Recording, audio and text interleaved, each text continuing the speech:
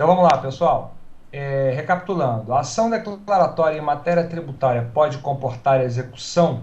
A resposta é positiva, como a gente viu, porque o STJ rompeu com o dogma de que as ações meramente declaratórias não comportam execução. O STJ entende que quando o contribuinte ingressa com ação declaratória e obtém um reconhecimento judicial de que recolheu tributo indevidamente, que, portanto, possui crédito em face da Fazenda Pública, poderá optar entre se valer desses créditos para efetuar a compensação na via administrativa ou mesmo executar a sentença para, com base no artigo 730 do Código de Processo Civil, acabar, ao final daquele rito, recebendo por precatório os valores correspondentes. Então, a súmula 461 é nesse sentido. Vamos ler juntos. O contribuinte pode optar por receber, por meio de precatório ou por compensação, quando autorizada por lei, como é o caso da União Federal, né? O indébito tributário certificado por sentença declaratória transitada em julgado.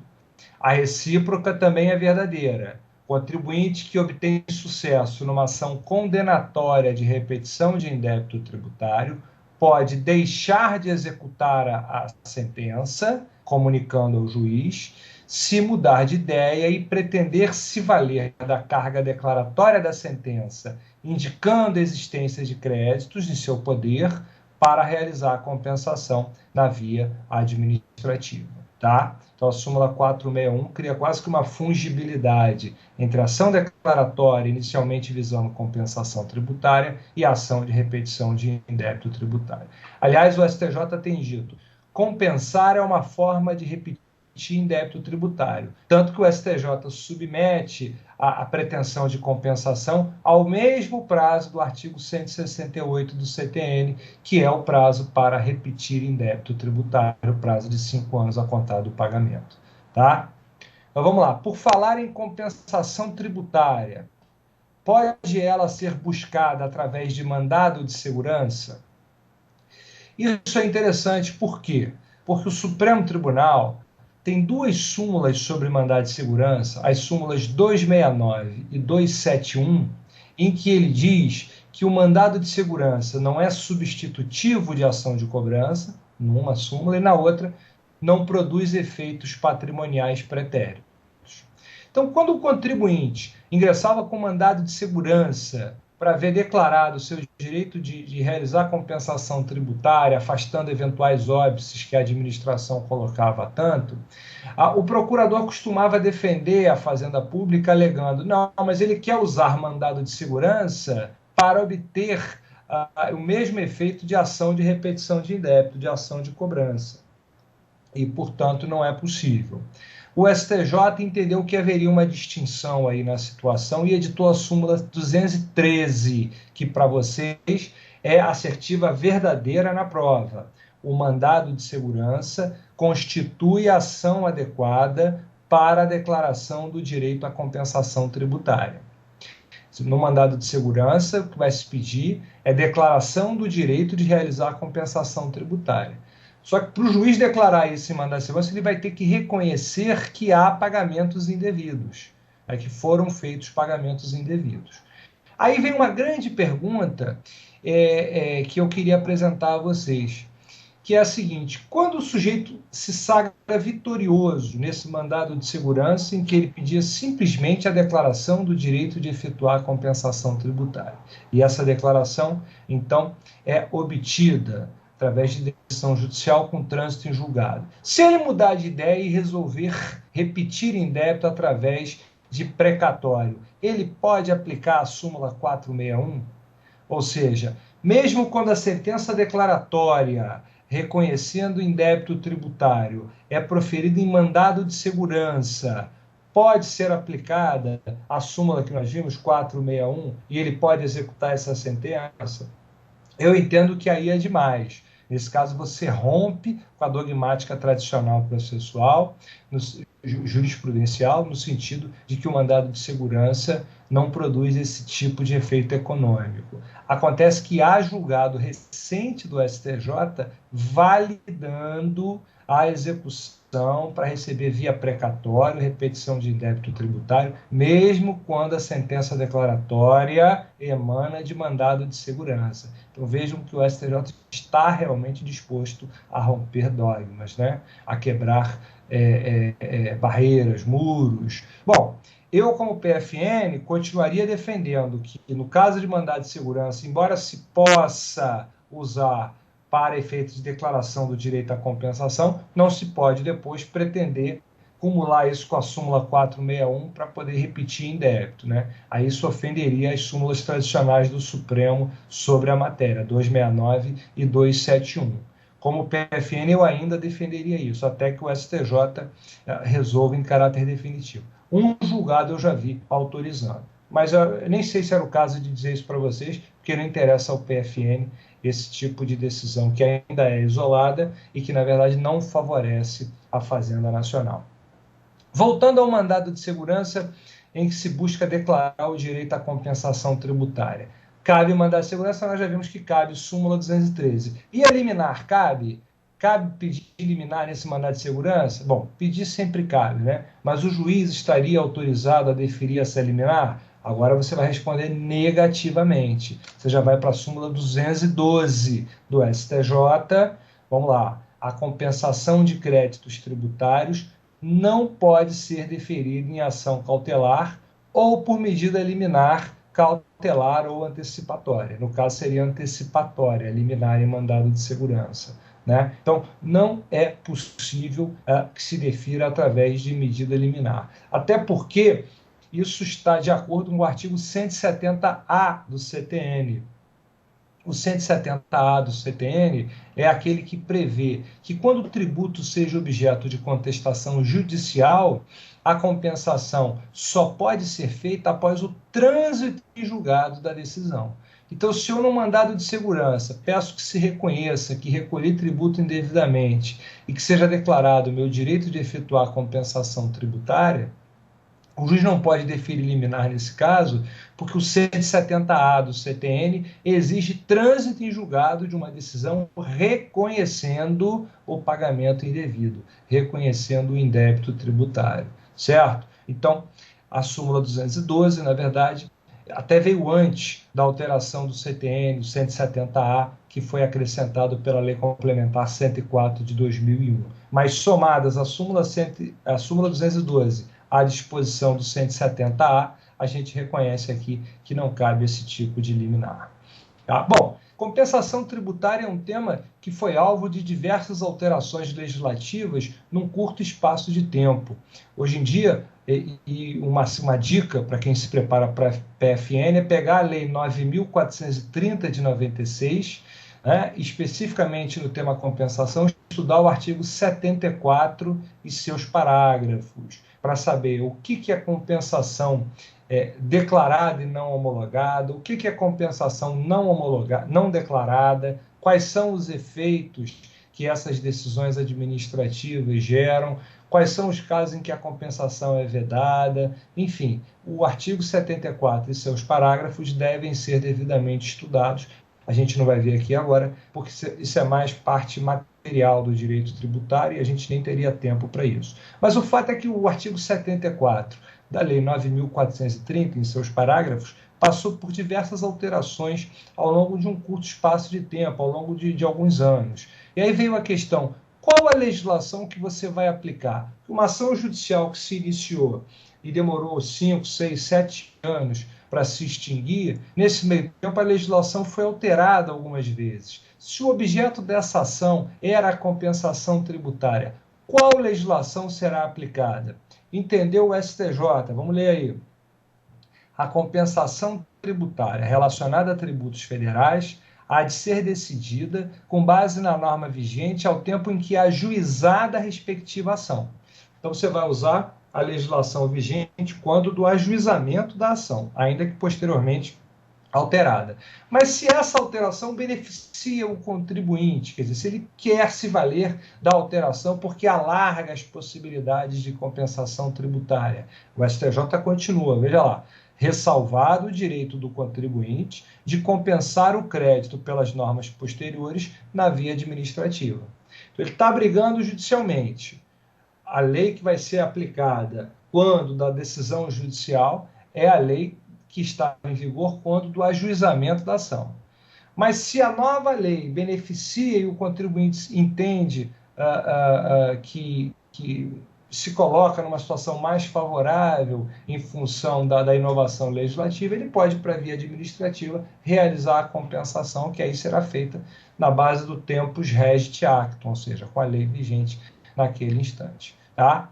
Mas, basicamente, numa prova, você vai dizer o seguinte: verdadeira compensação tributária é decidida com base na lei vigente ao tempo em que é ajuizada a ação. Tá?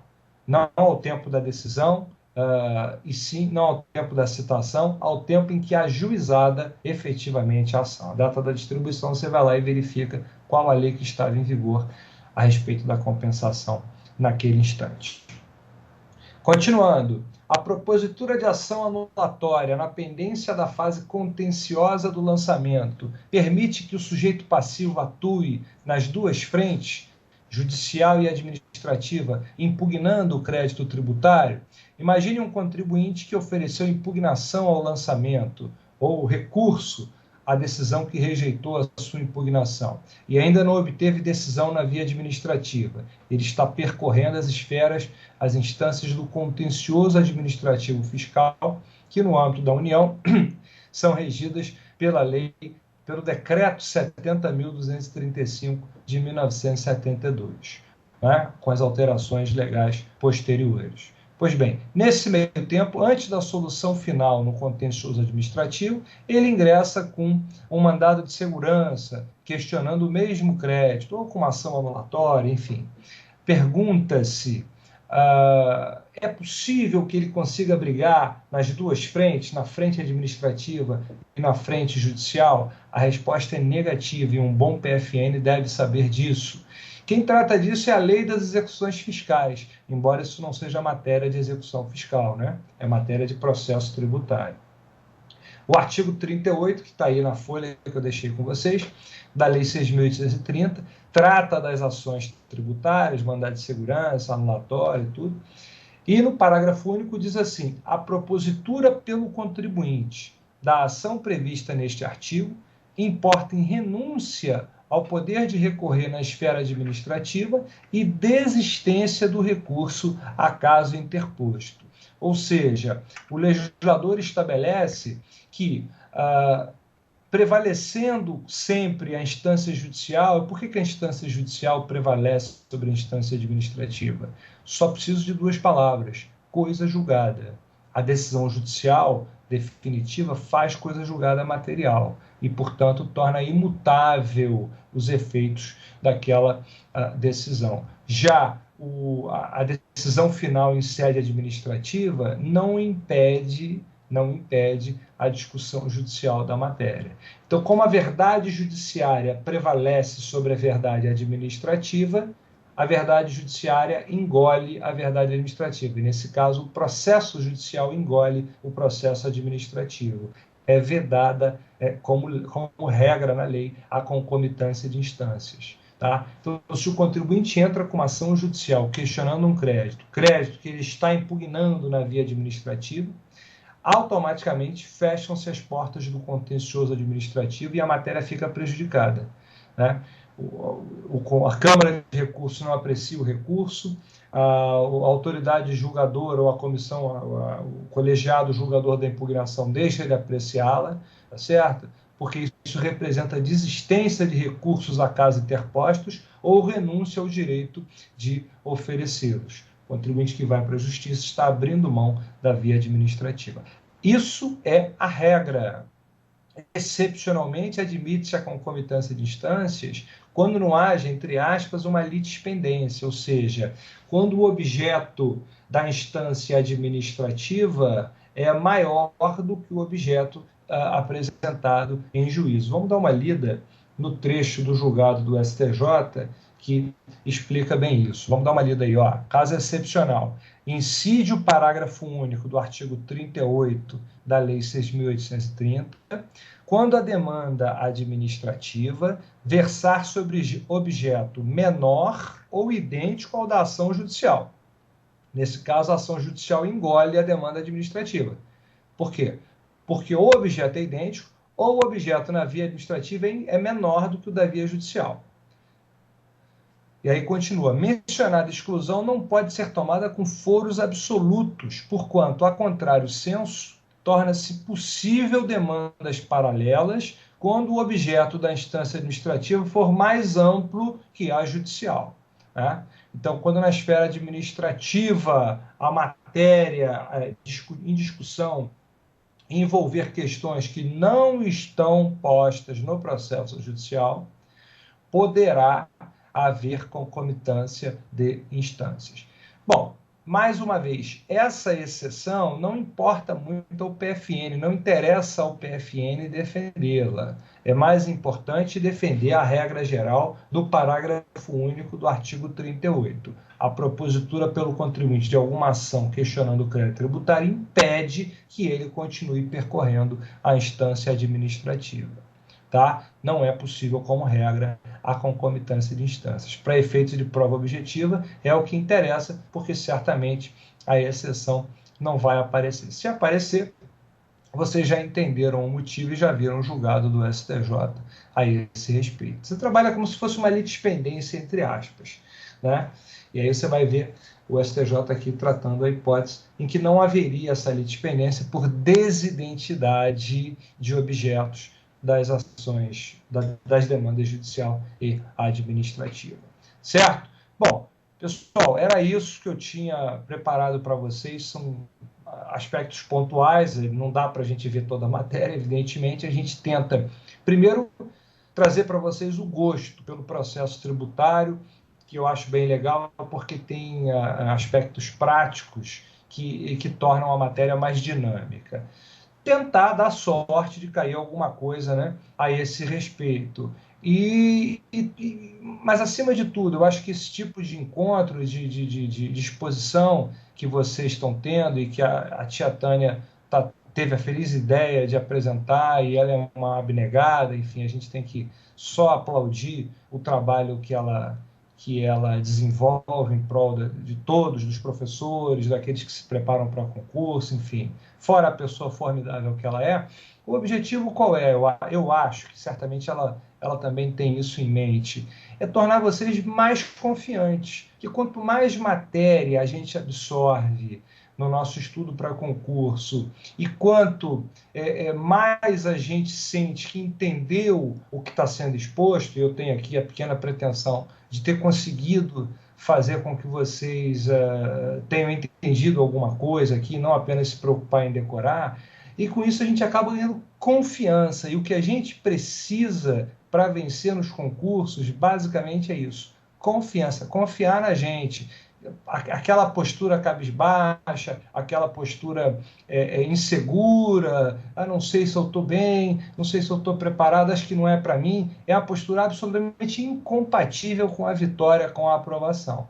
Então, depois de uma aula dessa, ou da aula de ontem, ou da aula de amanhã, ou do estudo do livro que você fez, do cursinho, enfim, se você aprendeu, incorporou ao seu cabedal mais matéria, você acaba ficando mais confiante, e a confiança vai te levar, com certeza, à vitória. Confiança não se confunde com arrogância, né? Sempre humilde, sempre querendo aprender cada vez mais, mas com uma postura confiante. Eu espero que eu tenha ajudado a trazer esse elemento que, para mim, é um elemento vital, não é só para concurso, é na vida. Quem tem confiança vai sempre mais longe do que aquele que não tem, aquele inseguro, enfim. É o conselho que eu poderia trazer para vocês. Eu estou sempre querendo buscar isso também. Confiança, porque os desafios da minha vida não pararam, não cessaram porque eu passei em concurso. Né? Os desafios continuam, a gente tem que procurar ser sempre melhor em tudo que a gente faz. Tá? Eu estou aqui disponível para pergunta, para sorteios, enfim. Deixa eu ver aqui, porque a primeira coisa antes de fazer as perguntas é o seguinte, vocês estão vendo aí, no final do material, que vocês estão com ele aberto aí, que no final está escrito assim, aulas gratuitas sobre portarias da PFN, MS, impostos federais, blá, blá, blá. O que eles vão encontrar nesse link aqui, professor? Esse é o link do meu site de vídeos, tem vídeo, tem material escrito e tal. sobre várias aulas completas, né? Não são trechos, não, são aulas completas sobre assuntos de processo tributário, de impostos em espécie. 90% do que tem ali interessa ao curso da PFN e é de graça, não precisa nem fazer cadastro, é clicar e assistir. E embaixo tem o link do curso que um deles a gente vai sortear aqui, da PFN, esse que está totalmente gravado, está sendo vendido no Master Juris. Depois um e-mail para eventuais dúvidas que o pessoal tiver. Só se quiser me mandar por e-mail, só ficar como sobrinho da tia Tânia, né? Quem é amigo, quem é sobrinho da tia Tânia, enfim, para eu poder dar a explicação com base na posição da pessoa, para saber o que ela assistiu, né, qual foi a aula que ela viu, enfim. Olha, a primeira pergunta é da Joana. Ela pergunta assim: a garantia prévia ao ajuizamento da execução fiscal também enseja a exclusão do CADIM ou só da certidão positiva com efeitos de negativa? Boa pergunta. Algo que eu saiba, isso que chama construção jurisprudencial, né? Ao que eu saiba, o objetivo aí é equiparar a situação do devedor que está executado com penhora de bens, aquele que está aguardando a propositura da execução fiscal, mas tem igualmente bens suficientes para garantir a dívida. Com isso, você faz uma interpretação extensiva da previsão do artigo 206 do CTN, que é a previsão da certidão positiva com efeitos de negativa. E, ao que eu saiba, não há previsão similar no tocante ao CADIM, que é o cadastro, né, de devedores inadimplentes. A inadimplência persistiria e você não estaria diante da suspensão da exigibilidade do crédito, que seria suspensão essa elemento necessário para afastar a inscrição, a negativação, vamos dizer assim, do nome do contribuinte. Então, acho que como PFN dá para sustentar que essa antecipação de garantia não admitiria a retirada do nome do devedor do CADIM. Bom, eu confesso que eu agora não estou com a legislação específica, se eu não me engano, acho que a Lei 10.522 trata disso, para saber se a garantia em execução fiscal integralizada afastaria o nome do devedor do CADIM, quer dizer, permitiria que o nome dele fosse limpo, vamos dizer assim. Se há essa previsão, você pode equiparar com a antecipação da oferta de garantia. Se não houver, como bom PFN, você vai fazer uma interpretação estrita para inviabilizar, vamos dizer, que o nome do devedor saia daquele cadastro. Maravilha. Numa primeira análise. O Rafael Guimarães, ele pergunta para o professor qual a diferença e semelhança entre a inscrição no CADIM e na dívida ativa. Não tem nenhuma semelhança. A inscrição em dívida ativa tem por objetivo constituir um título executivo para a Fazenda, que é o termo de inscrição em dívida ativa, do qual se extrairá uma certidão para a propositura da execução fiscal. E, além de tudo, a inscrição em dívida ativa também tem a finalidade de criar um marco a partir do qual qualquer alienação de bens por parte do devedor que o reduza à insolvência frente ao fisco possa ser considerada em fraude à execução fiscal, é a previsão do artigo 185.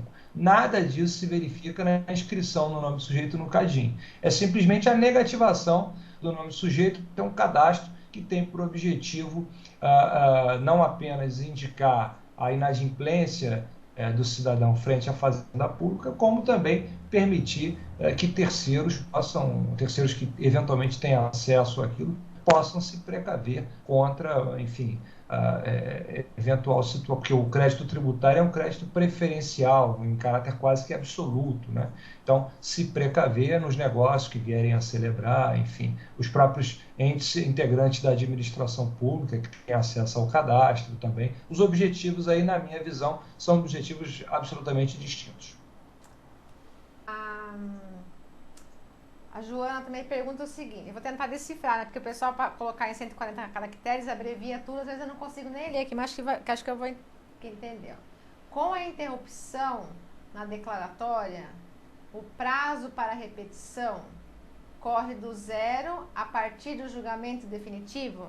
Isso. A partir do trânsito em julgado na declaratória. Né? Que aí formou-se a questão, resolveu-se a questão prejudicial, transitou em julgado a matéria, aí sim retorna o prazo a correr do zero a partir do momento em que transita em julgado a decisão na ação declaratória, porque a partir dali surge efetivamente a pretensão de repetir em débito. Agora, o sujeito teria 5 anos, então, para se valer daquela súmula 461 e aí promover uma execução contra a Fazenda. Ele precisa propor uma nova ação, porque a gente viu que o STJ admite que, no caso dessa declaração do direito, da declaração da existência de crédito fruto de pagamento indevido, permite a execução 30 para recebimento por precatório. Ele teria o prazo de 5 anos a contar do trânsito em julgado, que é basicamente o prazo que se aplica às execuções. Você começa a contar o prazo a partir do trânsito em julgado, quando então a execução passa a poder ser proposta, a execução definitiva. Né?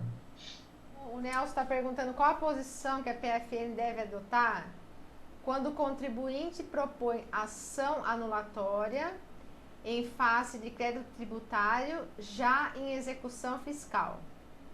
Eu tenho entendimento que já é conhecido e tal, de que é incabível essa anulatória. Cabe anulatória até o momento da propositura da execução fiscal. Após a propositura da execução fiscal, eu entendo que há concentração da defesa nos embargos, é a norma do artigo 16, parágrafo 2º da Lei das Execuções Fiscais, que diz que no prazo dos embargos o devedor tem que alegar toda a matéria útil à defesa. Isso impediria a ação autônoma, não incidental, como a ação anulatória. Né? Ocorre que esse entendimento é minoritário e não prevalece na jurisprudência. Na jurisprudência do STJ, é pacífico o entendimento de que cabe ação anulatória, mesmo após a propositura da execução fiscal, e mais ainda, mesmo que o devedor tenha deixado expirar em branco o prazo para embargar, o prazo de 30 dias para embargar. Quer dizer, mesmo que ele tenha perdido o prazo dos embargos, ele pode ajuizar a ação anulatória. O efeito negativo que ele teria disso seria não obter a suspensão da execução fiscal. Quer dizer, não poderia a execução fiscal ser suspensa, porque a via adequada seria a dos embargos, né? E ele teria perdido o prazo dos embargos entrando com a anulatória. Mas, como não há coisa julgada material sobre o tema, nada impediria a demanda anulatória autônoma, não incidental, para a discussão daquele crédito que está em objeto de cobrança e execução fiscal. Então, o PFN pode até apresentar uma preliminar contestando o cabimento dessa ação, mas eu acho que vale a pena apresentar, até porque o STJ volta e meia muda de posição, mas é uma preliminar, evidentemente fadada atualmente a não ser acolhida. Vale mencionar a preliminar, porque há entendimento, ainda que minoritário, a esse respeito, que você pode defender perfeitamente, né? Mas não se fie muito no acolhimento dela. Muito bem. Então, se vocês ficaram com alguma dúvida ou surgir alguma dúvida em relação ao material, quando vocês estiverem estudando, aí vocês têm lá o e-mail do professor no final desse material, vocês podem informar. Vocês já viram que ele fez um pedido aqui, né, para vocês mandarem que são os meus sobrinhos, para ele localizar aí a aula, né, e ele sempre responde. E mais uma vez vou reiterar para vocês, olhem lá no site do Master. Eu vi que também tem outros módulos interessantes, os cursos também. Tem alguma novidade específica para o segundo semestre, professor, nos cursos online?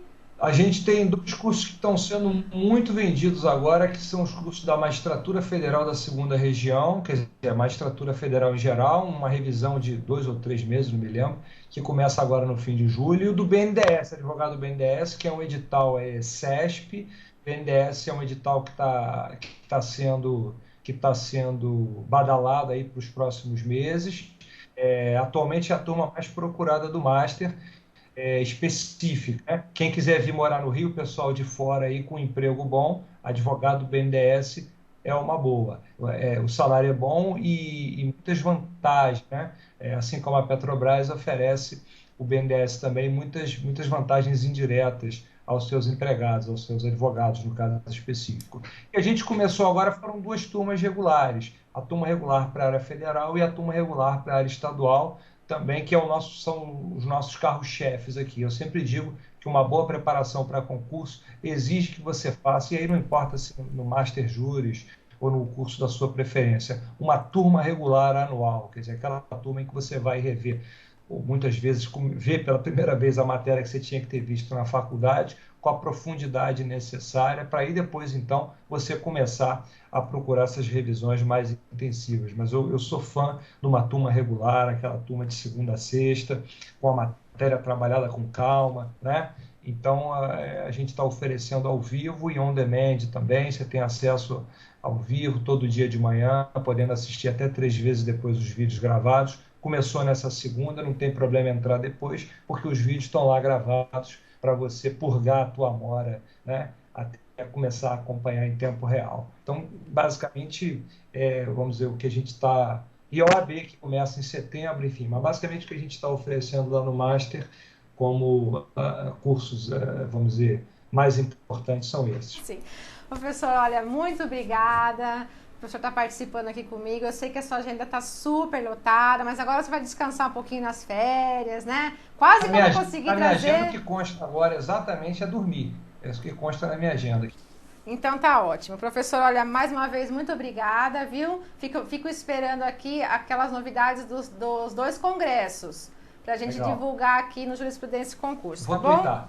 Então, maravilha. Professor, eu vou deixar o professor aqui para dar o seu alô final e aí depois a gente vai para o sorteio. Vamos lá, professor, fique à vontade.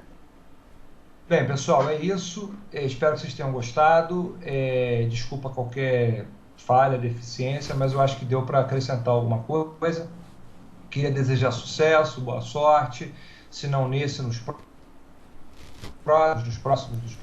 O importante é que a gente não pare de sonhar, não pare de buscar e perseguir o nosso sonho. Assim aconteceu comigo e vai acontecer com vocês também, com certeza. Vocês estão numa hora dessas, 11 horas da noite, assistindo uma telinha pequenininha, um professor da aula de Direito Tributário, quer dizer, é dedicação, é isso aí mesmo, é o que vale. É dormir agora tranquilo e saber que foi um dia produtivo, né? Agradeço vocês, agradeço a Tia Tânia, uma boa noite a todos. O livro está aqui, ó, esperando. Assim que sair o sorteado, é só vou receber e-mail e a gente encaminha tranquilo, tá? Obrigado e vou ficar aguardando aí a comunicação dos felizardos. Quem ganhar o curso da PFN, também o Master vai ser informado e no dia seguinte, no mesmo dia, vai receber o link já para acessar as aulas, ok? É isso, um abraço a todos, tudo de bom, tchau. Professor, nos veremos pessoalmente aqui em agosto. Faço questão de te encontrar lá na USP, viu? Vamos ver lá, maravilha. Maravilha. Obrigada, professor. Até a próxima. Beijo, tchau. Tchau, tchau.